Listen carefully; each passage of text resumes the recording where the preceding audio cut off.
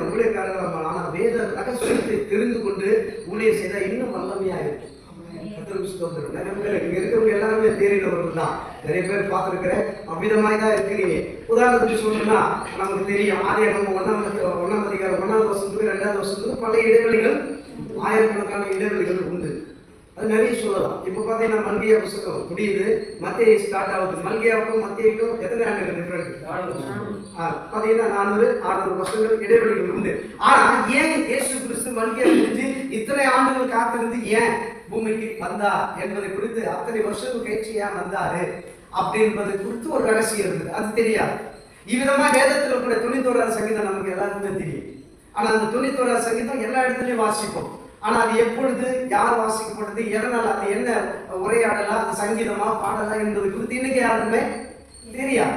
91 சங்கீதம் தாவீது, சாலமோன், ஆண்டவர், இவர்கள் மூன்று பேரும் பேசின அந்த உரையாடல் தான் 91 சங்கீதம். இப்படி வேதத்துல ரகசியங்கள் நிறைய இருக்குது. இந்த ரகசியங்களை கற்றுக்கொண்டு அதை நாம போதிக்கும் பொழுது, இல்ல மற்றவர்களை உருவாக்கும் பொழுது அது தேறினதா இருக்கும்.